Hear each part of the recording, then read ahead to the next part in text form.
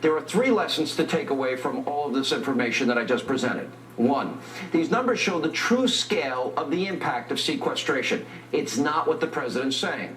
Two, it proves the president is cherry-picking his facts, politicizing the entire situation because he wants to scare you. And three, we can't forget, we're in this mess because the president, he's the one that put us here back in 2011. He's the one that wanted sequestration.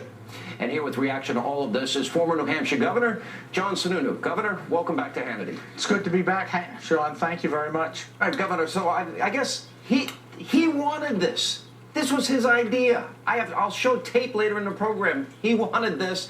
He said, no way am I going to take this off the table. If they try, I'll veto it.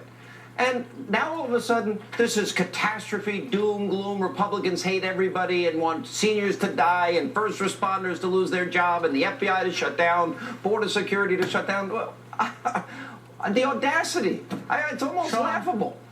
This president is compelled to raise revenue at every opportunity he has to raise taxes. He used the fiscal cliff to scare people. He raised taxes on the rich. He got his pound of flesh for the election. Now he's using sequester to raise taxes again. He will use the change in the debt ceiling to raise taxes again.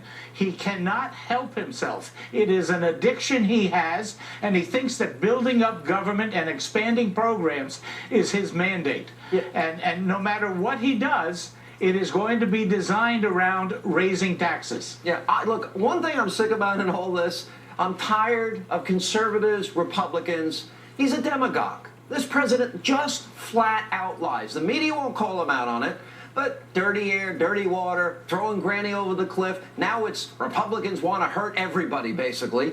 And if he's going to use those words and he wants to be a demagogue, then I think it's fair that we say that the president is stealing, the president is a thief, and he's robbing our children's future and our grandchildren, and he's smashing open their piggy banks. If he wants to play these games, we can play the same way.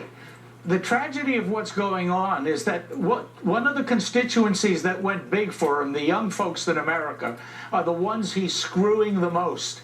He's screwing them with taxes. He's screwing them with, as you put it, robbing from them in the future. And what this president succeeds in doing, unfortunately, is convincing about 52% of the public that no matter what he says, no matter how untrue it is, we have a chunk of the public out there that'll believe anything he says. It's like a hypnotic trance. It's unbelievable. And the media that is a lapdog media, which I'll get to in a second here. I just want to look at this. He wanted his tax increases. He got $1.2 trillion, the Obamacare tax. He got the fiscal cliff tax, another $800 billion.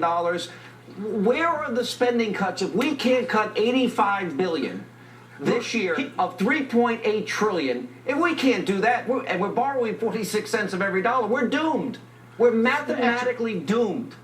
Have to explain to people, 3.8 trillion is 3,800 billion, and they're taking about 80 of those 3,800 billion and putting them aside as spending cuts. It is an insignificant number to the size of the real problem. And this president has failed to pass a budget.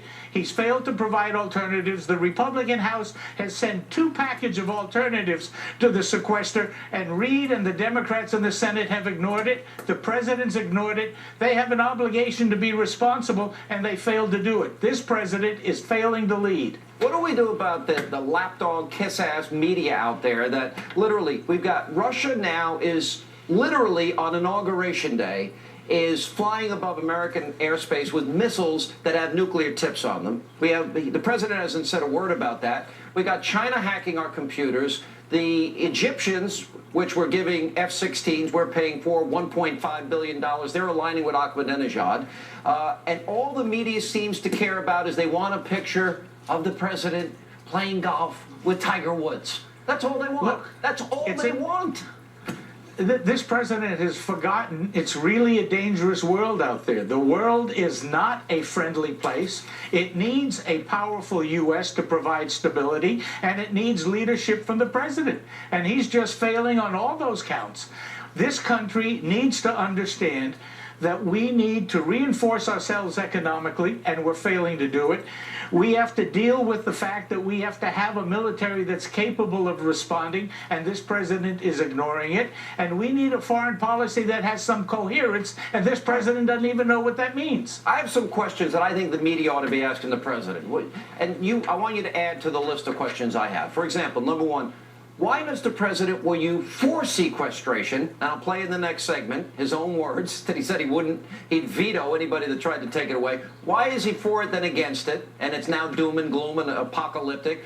Why does he blame Republicans for everything? What is he going to do about the Chinese hacking? What does he have to say about the Russians flying over our airspace with nuclear weapons? And, you know, on Inauguration Day, any other questions you think the media ought to be asking him? Why is he demagogue every Republican and lie about what they really believe? I think you have to ask the fundamental questions. Why will you not agree to spending cuts that begin to create economic stability in this country? Why are you so committed to increasing taxes? And why do you want to ignore the defense security of this country by letting your own sequester, Mr. President, gut the defense budget? Yeah, well, you know, as far as he's concerned, you're about to go out and kill grandma and poison children. Apparently that's what he believes about conservatives. We want everybody fired. I can't wait to see their ads. I can't wait to see their next ad, Sean. All right, well, if it wasn't so serious, we can't cut $85 billion of $3.8 trillion that we're going to spend when we're borrowing half that money and stealing from our kids. It's frightening. It's literally frightening. You've got to target your message to the young people that are getting screwed by this president. They are getting screwed, literally. Their entire lives are going to be spent paying back the money we're robbing from their piggy banks right now. All right, good to see you. Thanks. Thank you, Governor.